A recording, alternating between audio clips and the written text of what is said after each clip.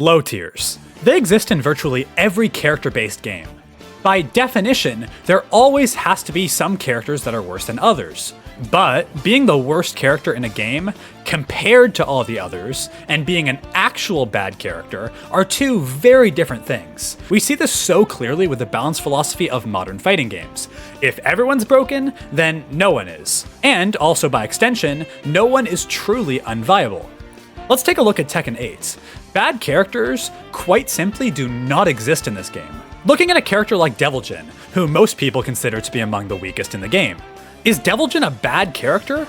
If you ask me, not even close. He has weaknesses for sure. Generally, people talk about his lackluster poking, lack of super threatening mids, weak tracking, and of course, the fact that he's incredibly executionally demanding. Okay, but let's look at his positive attributes. He has an electric, one that can come out as fast as 13 frames, one of the best moves in Tekken history with its insane +5 on block, and amazing keep out and whiff punish utility. Speaking of whiff punishing, he also was given the Shackle in this game, an essentially full screen whiff punisher and keep out attack that is super plus on block and gives huge reward on regular hits. Every time you block this, you basically have to take a mix-up. There's only one other character in the game who even has a tool remotely like this.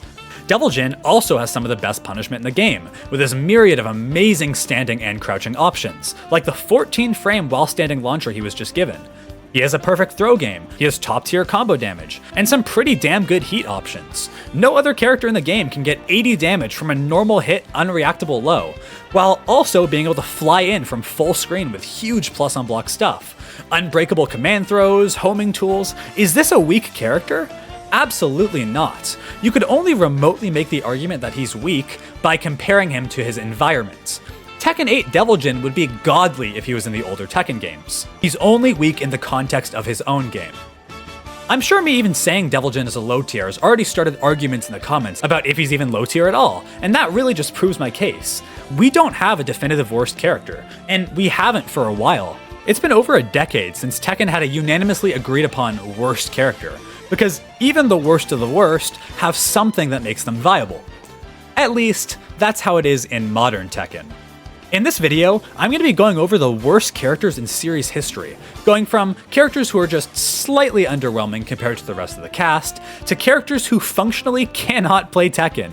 How about a character who can't stand up? A character who loses his turn every time he hits you, and even a character who can't hit you. We'll be covering it all today. Make sure to subscribe to the channel if you want to see more content like this. It's really a huge help because these videos take a ton of time and effort to make, and only a very small percentage of you guys are actually subscribed. It would mean a lot to me. Alright, let's get into it. Tekken 7 was a light version of Tekken 8. Even the worst characters in this game's lifetime were much stronger than any of the old low tiers we'll be talking about later. Gigas was largely considered to be the worst character, despite still having a few strengths. Because of his size, he has some of the longest effective range in the game, with a legendary jab. We have never seen a jab with this kind of range, and naturally, this jab gave him arguably the best 10-frame punish in the game. He had amazing range in general, and lots of really heavy-hitting moves, like the super quick forward 1+2, which is a 13-frame fast safe on block mid that does like 60 damage on counter hits. This was unfortunately one of his only usable quick moves. See, one of Gigas' main problems is that he's incredibly slow and sluggish. All of his moves were very slow to start up, significantly slower than most other characters, like his key low poke, End Mill, which is 23 frames of startup, pretty reactable for strong players, and is -14 on block. There's quite a few characters who could launch you for this, and speaking of launching lows, Gigas can't do it. His fastest while standing launcher comes out at an insanely slow 18 frames. Remember, the universal standard is 15, and a lot of characters, like I said, have ones that are 14 or even 13 frames. 18 frames is ridiculously slow. In addition to this bad punishment, he had to take huge risks to do anything, which isn't a great quality in Tekken 7, which is the most safe and poking-based Tekken game. Everyone in tournaments just wanted to stay as safe as possible, and then counter-hit launch you with their crazy fast options. Not a great environment for Gigas, who had some of the slowest moves in the roster.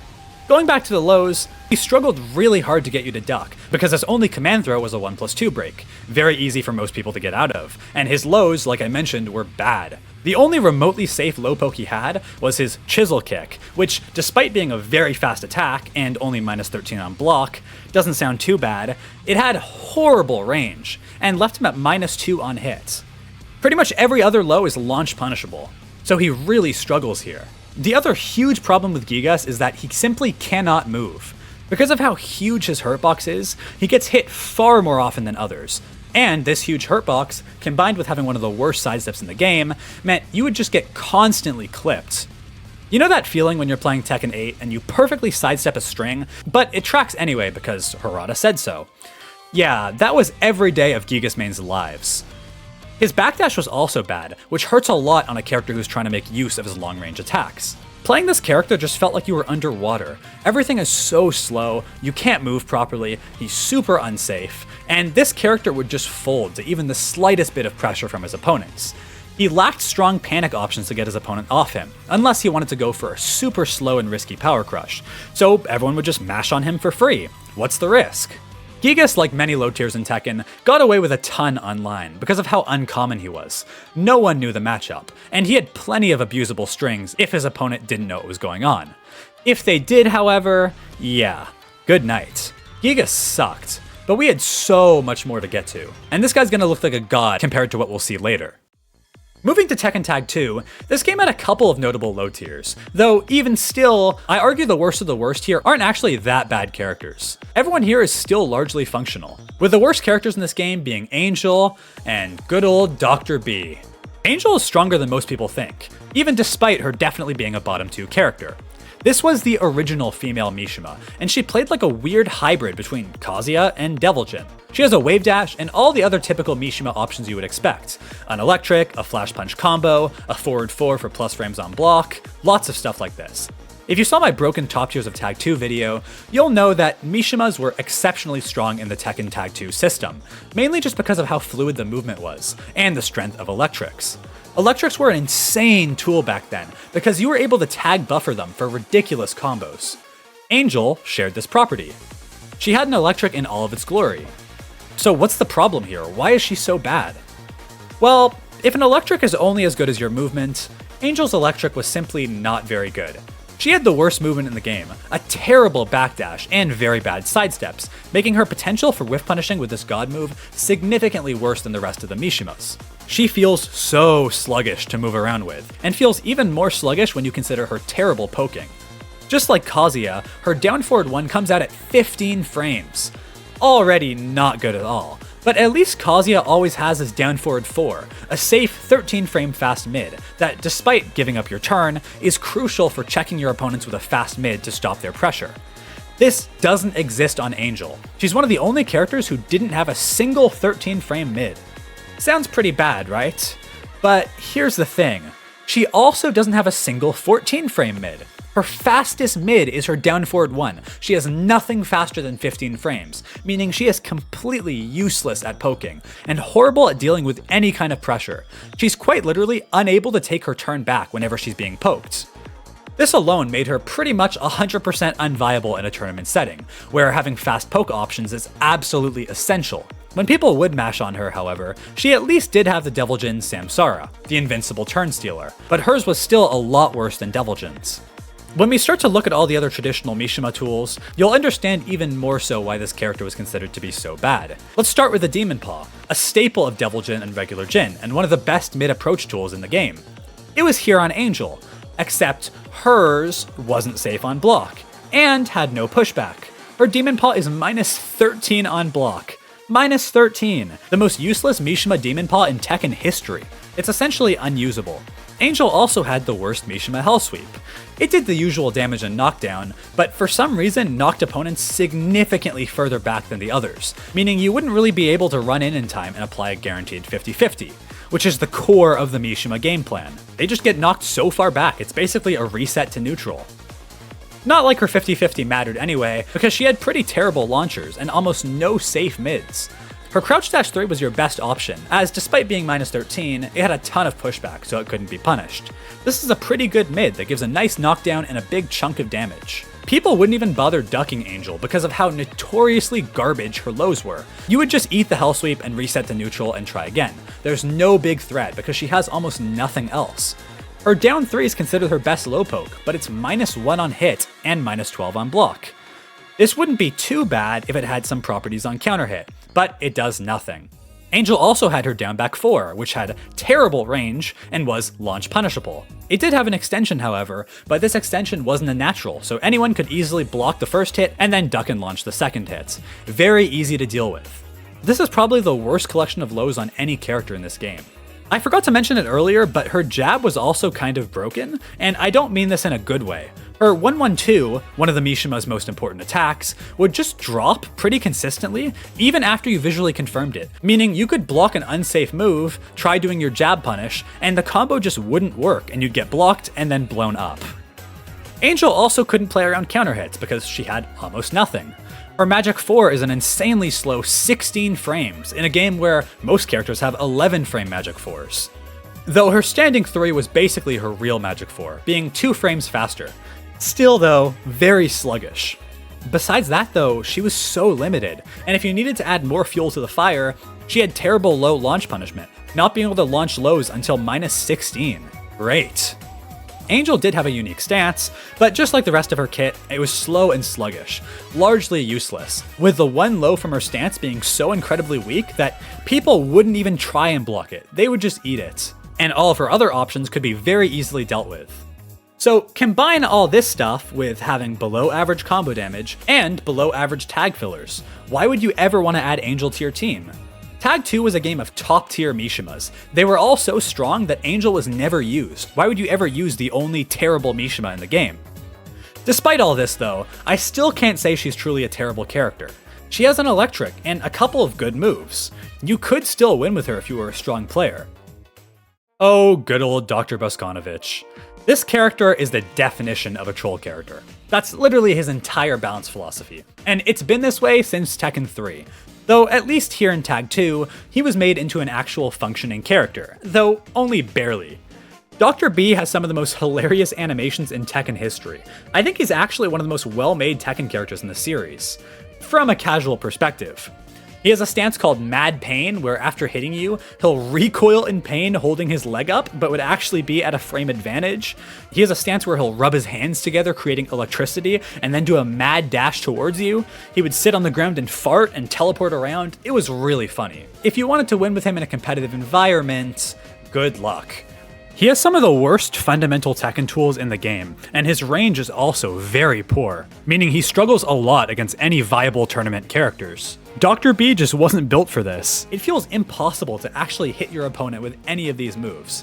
Just like Angel, he had no 13 frame mid, not even one, but his down forward 1 was at least a 14 frame move, so a little better than Angel in this regard. Though, look at this range in this hitbox. Oh god. If you wanted safety on Dr. B, you weren't getting it. Almost all of his moves were just designed to be troll moves, and it's all super unsafe. One of his only safe mids is his back 4, and just look at this. I can't lie, I love this character so much. The move has hideous range, and if you whiffed it, you would be right in your opponent's face at like -60. They had so much time to walk up and kill you. But hey, at least it knocked down on regular hits. That's something, though it did nothing on counter hits. We're really struggling to work with what we've got here. He has a 15 frame down forward 2 launcher. Hey, that's something. Though again, the range is terrible. It will just not connect unless you're right in front of your opponent's face. His while running 1+2 is a pretty interesting attack. You know, while running moves, right? The ones that usually have tons of range and almost universally give plus frames when your opponent blocks them. These are like our version of jumping attacks in Street Fighter. Well, for his while running attack, he dives to the floor like a lunatic, letting his opponent get a free float combo. He's such a nice guy. So many of his other attacks are just hilarious. Like this one where every time it gets blocked, he has a heart attack and dies. Dr. B couldn't threaten you with safe lows because he didn't have any safe lows. Everything was risky and launch punishable. Pretty much all of the time, anyone who played this character would be praying you didn't know the matchup and would try and abuse all of this random stance garbage that puts him at high risk. If you did know, however, then he quite simply had nothing. No range on any of this stuff. No good frames on hits, everything is launch punishable, and I mean, just look at his down 4. I can't get over these animations. This low took him into stance for mix-ups, but it's launch punishable and does nothing on counter hits. This risk-reward is emulated in all of his moves, it's just not worth it. When he finally does get into stance, he has a slide and a mid-launcher which he would try and 50-50 you with, but because the mid-launcher has no range, you could do one single backdash and option select the entire 50-50. None of his mids would hit you here, so you could just easily block the low. Combine everything I've told you so far with weak combo damage, weak wall travel, weak punishment, and yeah, this character is pretty horrible in a tournament setting. He still had some stuff, I guess. Definitely a lot less than Angel and Gigas, but you could still argue he's somewhat playable. If you think this is bad, however, you haven't seen anything yet. Let's quickly jump back 15 years prior to this game's release. Tekken 3, where Dr. B first joined the series as a secret unlockable character. In Tekken 3, Dr. B isn't even playing Tekken. This character is the definition of a troll. He cannot stand up. His default state is him on the ground, and he has to roll forward, backwards, or sideways to move around. If he wants to stand up, you'd have to press 4, in which case you go into a crouch. The problem with this is that you are forced into crouch, making you very susceptible to mids, the strongest attacks in Tekken. You can move forward and sidestep, but you're still locked in as crouch. If you press back even one time and try and block a mid, you fall right back down to the ground again. And to make things even worse, pretty much every single move he has while not on the ground either ends with him getting electrocuted and falling down, or makes him have a stroke and fall back down. Like the Dr. B God Fist, his up forward 2. After hitting your opponent with this move, you just die. He just has a stroke and dies. Same with his down forward 1, the universal mid poke. What is wrong with this guy? Why is he in a fighting game tournament? He's too old to even stay standing for a second. Now, there is a caveat to this. By pressing forward right as he starts to fall to the ground, you can cancel his stroke, leading to a very abnormal Korean backdash. This is the same with all of his moves that would normally make him fall down. You can press forward to cancel it and stay up again. So, every single time you use a move, or try to press back, you have to press forward to cancel him falling on his face. The obvious problem here is this is a stance cancel, meaning you are vulnerable during this cancel and can be easily hit and killed. It's actually a pretty interesting mechanic. We've seen clips of tool-assisted bots showing what could be theoretically possible on this character if you have inhuman execution. But no real person is going to be doing any of this stuff. There's still a lot that's very unknown about this character. Many have said that he actually does have a ton of potential, and has even won tournaments before in Pakistan, though this is hard to actually verify. I can see why this character could beat a ton of good players back in the day. Just like he is in Tag 2, he's a gimmick machine. He has a slide and tons of weird stances with even weirder follow-ups.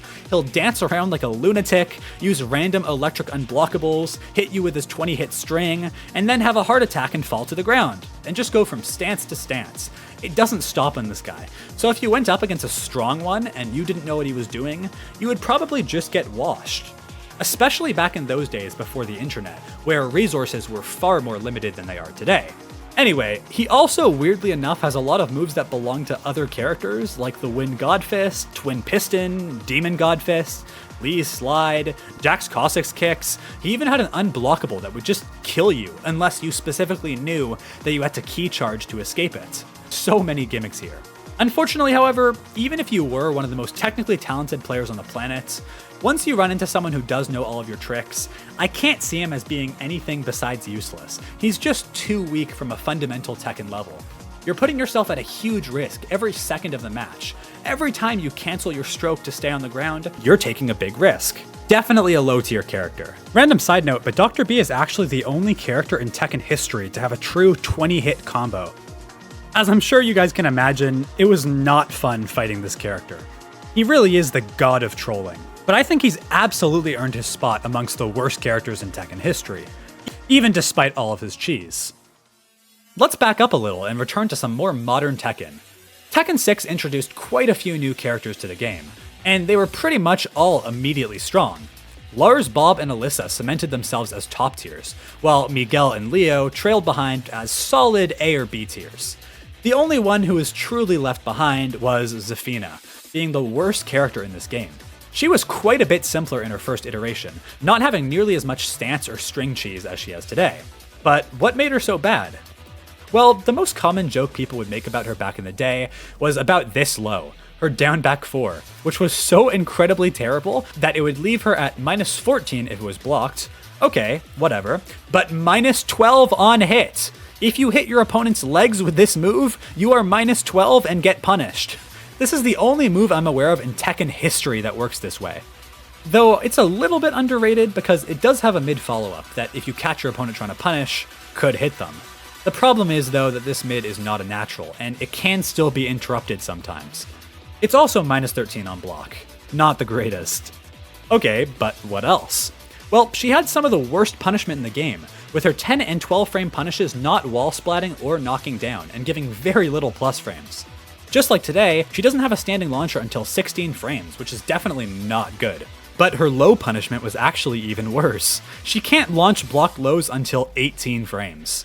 Wow, okay, pretty bad, but definitely not enough on its own to make a character bad. I mean, Steve was top tier in this game, and his punishment is even worse. Well, Steve made up for this with his insane damage and counter hit utility. What did Zafina have to make up for these weaknesses? Well, she has forward 4, the same as today, being a homing, safe on block knockdown mid. Okay, not bad. She also has her forward 3, which instead of being +4 on block like it is today, was neutral on block, but is a counter hit launcher. Pretty decent attack. That's about it though. All of her lows are horrible, like her back 1+2, which for an incredible 14 damage on hit is -22 on block, the same risk as a launching hell sweep. Okay, wow. She also couldn't poke because her down forward 1 is -5 on block. Really bad stuff, and either has a mid extension that's launch punishable, or a terrible high that you can duck and launch. It also doesn't wall splat, so both of these follow-ups are completely useless. She would use back 1 as a mid poke tool, which despite launching on counter hit is -14 on block, and her 1+2, another similar move, is -12 on block. She needs to take such huge risks. Her only decent homing tool is her forward 2. It's a +1 on block high, but it's a high. It can be ducked, and it has atrociously bad range. It's way too risky. The character couldn't do anything without taking these huge risks. Pro players would laugh at how horrible most of her frame data was. A bad character for sure, but there's a lot worse. Speaking of a lot worse, let's head to Tekken 5 Dark Resurrection. A huge fan favorite character today is Dragunov. It really just wouldn't be Tekken without this guy, but a lot of people don't know that he had a rough start in his very first Tekken game. So much of his best stuff just didn't exist in his first iteration, and the stuff that did was kind of awful? Let's take his while running 2, his most defining move today. It's a huge range approach tool that gives big plus frames on block and is a counter hit launcher leading to some of his biggest combos. It can be sidestepped, but you have to sidestep it to the left, which is the opposite direction you generally want to be moving against him, because besides this, pretty much everything else needs to be stepped to the right. This is already pretty decent, but even if you do try and sidestep it, you need good timing. If you do it too early or too late, you're going to get clipped and have a really bad time. Definitely a great move today. Let's compare this to his DR version. What am I looking at? The move has hideous range. It's one of the worst hitboxes in the game. It'll whiff constantly, even when you're pretty much right in front of your opponents. And if that's not bad enough, it has 0 tracking, not even a pixel of tracking to either side. These two things combined essentially makes this move useless. Because remember, this is Tekken 5 DR, the game with some of the biggest backdashes and sidesteps we had ever seen. Movement is everything here, so you aren't realistically ever going to land this move against a strong player. And even if you did, guess what? It doesn't launch on counter hit. Yikes. His poking was also very bad because of how sluggish of a character he was. It's kind of a meme at this point, but Dragunov in this game actually felt like you were underwater. Look at the speed of some of his core strings. It looks like this footage is purposely slowed down, but I assure you, it's not. From this game to Tekken 6, most of his strings were doubled in speed, and rightfully so, because Namco, what is this? His down forward 1-4 extension, the one that counter hit launches for all of your HP today, didn't exist yet, making his down forward 1 a lot worse. His forward 3 couldn't be cancelled into his sneak stance, and his stance in general was way weaker than it is today. There were a couple things that were still here. The back 1+2 is still good, a +3 on block mid that knocks down on counter hit into a guaranteed stomp. Pretty good stuff. His down 2 is also decent, being neutral on hit and -12 on block. It does nothing on counter hit though, which really sucks. And unfortunately, if you wanted any other lows than this, you were out of luck because he doesn't have any. This was long before the days of him having a hatchet kick and the insane full crouch low. Besides that, I guess he has down 1, a pretty decent but slow mid poke that's neutral on block and forces crouch, while giving a knockdown on counter hits. Okay, but that's about it. His standing punishment was notoriously terrible. He would do a simple 1-2 or 1-3 for a 10 frame punish, already pretty bad, and then nothing else until 15 frames, where he would do a down forward 2. That's it. That's all the character gets. And if that wasn't enough, he also has pretty mediocre combo damage and kind of unreliable combos. I don't know if it's just me, but I feel like his combos drop all the time. Dragunov in Tekken 5 DR was an incredibly weak character. Though it is still worth mentioning that even back in this game, he had great throws, all the throw breaks, and a couple of cool tackle options. Speaking of throws, we have another character to go over in this game. Tekken 5 DR was the first entry where we saw the new Armor King, the younger brother of the original Armor King, who took on the mantle after Marduk murdered his brother. Just like Dragunov, this wasn't a great start for the poor guy. Armor King had notoriously weak range, having an incredibly stubby jab and down forward 1, and of course, the constantly laughed at Dark Elbow Hook. You probably recognize this move from King today, but this actually originated as an Armor King move, being a great range mid-high whiff punishing tool. In this game, it is none of those things. It has embarrassingly weak range, making it almost useless for whiff punishing, and this version is a high-high, not a mid-high, meaning you never want to throw out the first hit because it can get ducked. Truly a terrible move. Pretty unusable. I can't get over how bad the range is. He did definitely have some good stuff going for him, like the Dark Upper, the pseudo-electric that he's always had, which is great for whiff punishing and getting big launches. His back 2 is decent, a mid poke that's neutral on block and force crouch, though again, it is pretty slow and big range issues here. His down forward 2 is alright, a safe on block mid poke with good tracking that gave a follow-up on counter hits. -7 on block, so you do instantly lose your turn, and oh boy, look at that range. Yikes. His Demon Paw, which is a safe on block and knockdown attack in later games, is -15 on block here with no knockdown or wall splats. Completely useless. His back 1, which is a 16 frame high counter hit launcher that's safe on block, had horrible range. Good luck hitting this unless you are right on top of your opponent. Bad stuff here. Back to the positives, he of course did have the classic Armor King throw game, which is always going to be very strong.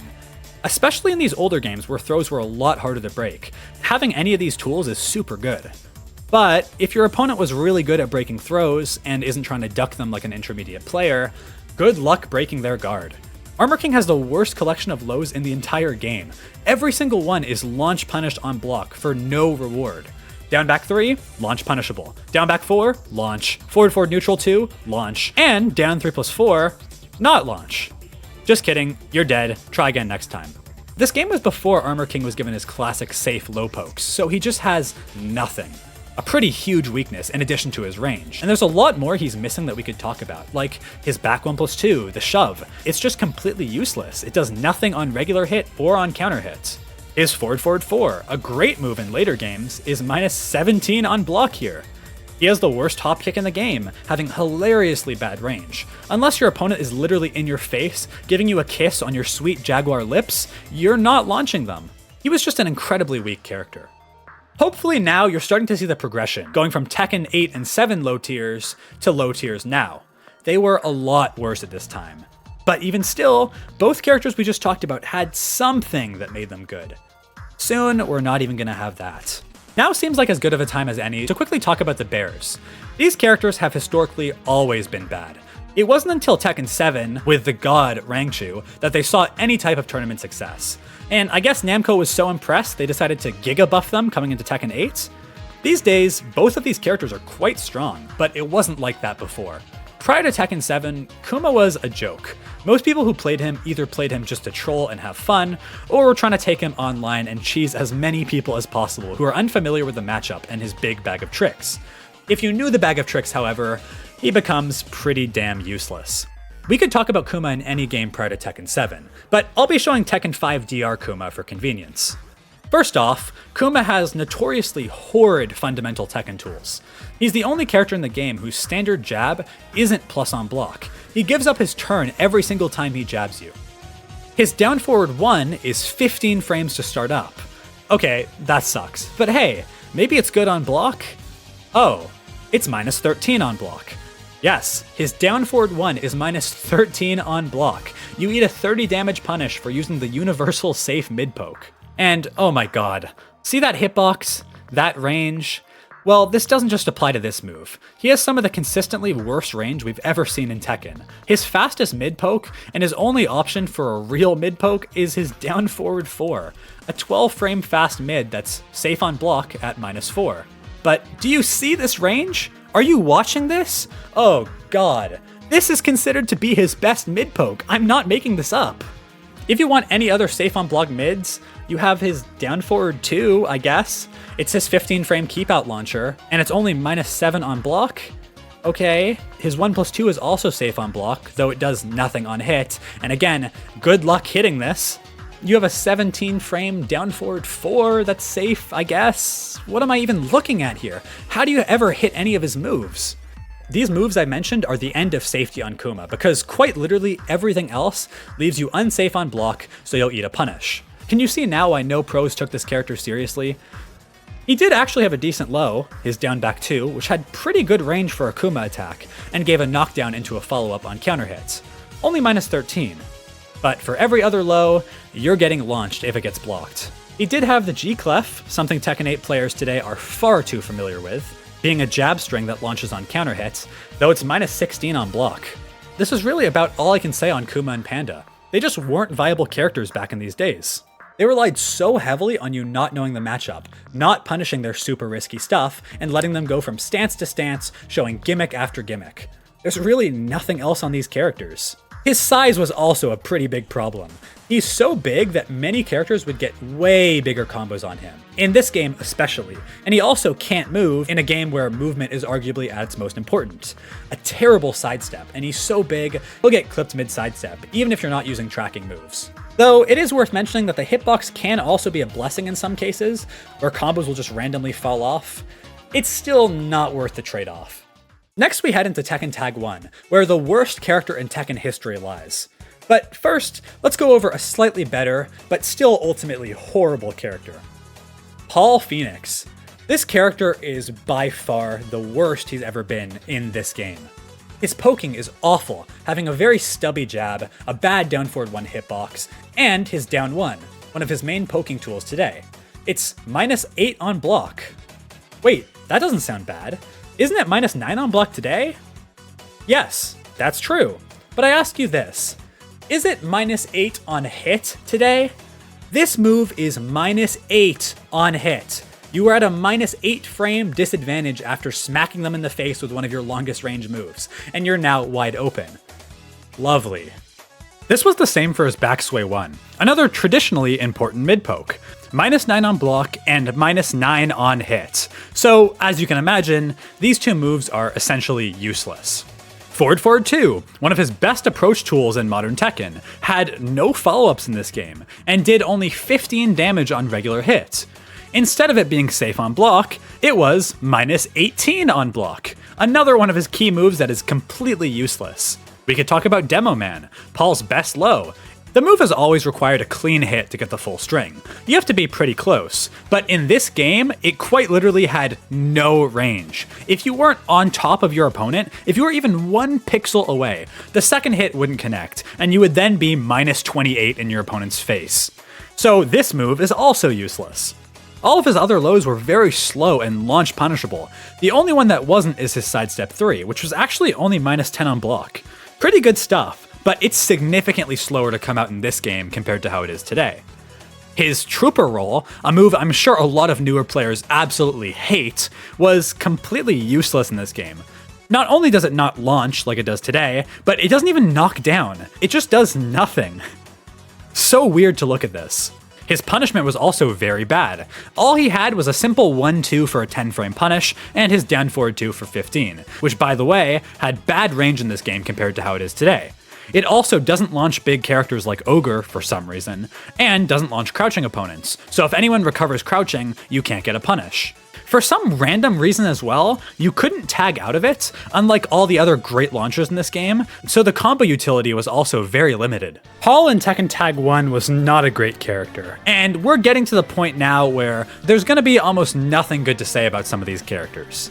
So here comes Prototype Jack, largely considered to be the worst character in Tekken history. Fitting for him, as he is just a prototype after all. P-Jack has the worst down forward 1 I've ever seen in my life. It doesn't work properly. The hitbox is so atrocious that it's hard to hit even on purpose. Do you see this shit? And by the way, for your trouble, you're rewarded with -11 on block. It's only fair. P-Jack also has the worst 10-frame punish in the game, his 2-1, which also does not function properly. The second hit just refuses to connect, leaving you right there in the open, ready to take a big punishment. He also has terrible range. A lot of Jack's typical tools that have quite a bit of range, like his down back 1, are essentially impossible to hit on P-Jack because of how dainty and tiny his arms are. The move I'm sure all of you guys are waiting for me to talk about is his down 1. This is his only mid-poke with good range, and some sort of safety. -7 on block. Hey, I mean, safety is hard to come by on a terrible character like this, and for that reason, you would always want your opponent to block this move, because if they were hit by it, you would be -8. This move connecting gives a worse situation for you than if the move is blocked. Let that one sink in for a little bit. A truly exceptional move, the likes of which we haven't seen again since. When people talk about the best moves in Tekken history, all I hear about are those lame-ass electrics. Why is this move never brought up? It was truly a marvel of game design back in these days. Oh god, what were the developers smoking back then? If you wanted to shut down tracking on Jack, good luck. His designated homing tool, Sidestep 1+2, was designed to do this, and in theory it's not bad, being a +2 on block high. The problem is that this move is also completely useless. It has a second hit, and the move would only be plus if the first hit and only the first hit connected. If the second one did, which it did all the time because of the hitbox, you would go from a +2 on block situation to -23 on block. Interesting. I mentioned it earlier, but P-Jack just had the worst range. So many of his other tools that I haven't mentioned suffer from having insanely janky hitboxes that just don't work half the time. The wind-up uppercut is an alright move on him, a mid-launcher with decent range, and even though it's -17 on block, it does have some pushback. Better hope your opponent doesn't have a long-range Punisher, or you're gonna die for using this move. Other tools that Jack traditionally uses are just trash on P-Jack. His forward 1+2 is -10 on block, forward 2 is -13 on block and is super slow, and it's like, what are we doing here? This character just has nothing. Well, I mean, I guess he does have more health than most other characters. In Tekken Tag 1, not every character had the same universal amount of HP. Jack was able to survive a little bit longer, though this is largely invalidated when you consider his size. He's so big that everyone gets bigger combos on him. And of course, his sidestep and movement is way worse because of this. P-Jack was not having a fun time in this game. The final character we'll touch on in this video goes back to Tekken 3, and he stands amongst Dr. B as the other troll low tier in this game. Of course, I'm talking about Gon. Gon just doesn't function as a Tekken character.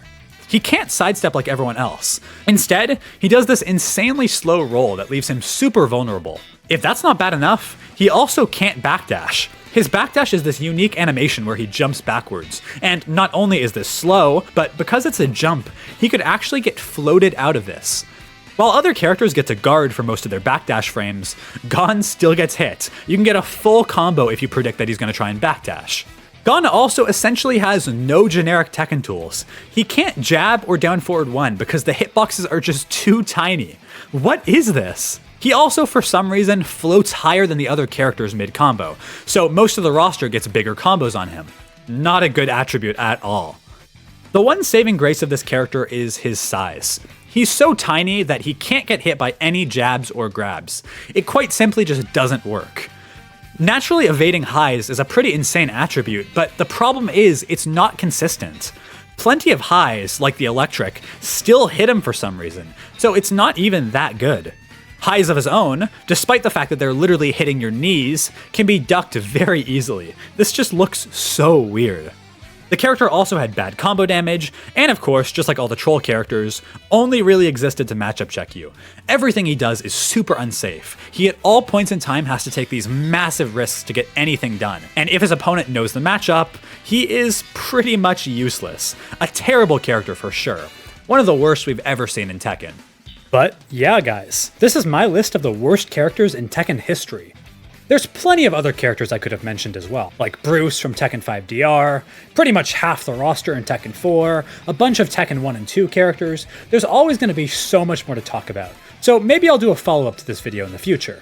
Anyway, thank you guys so much for watching. If you enjoyed, please consider subscribing, liking, and commenting to support this channel and this kind of content. It's a really huge help. As always, big thanks to my YouTube members. I seriously love you guys so much, and I will see you guys in the next video. Take it easy.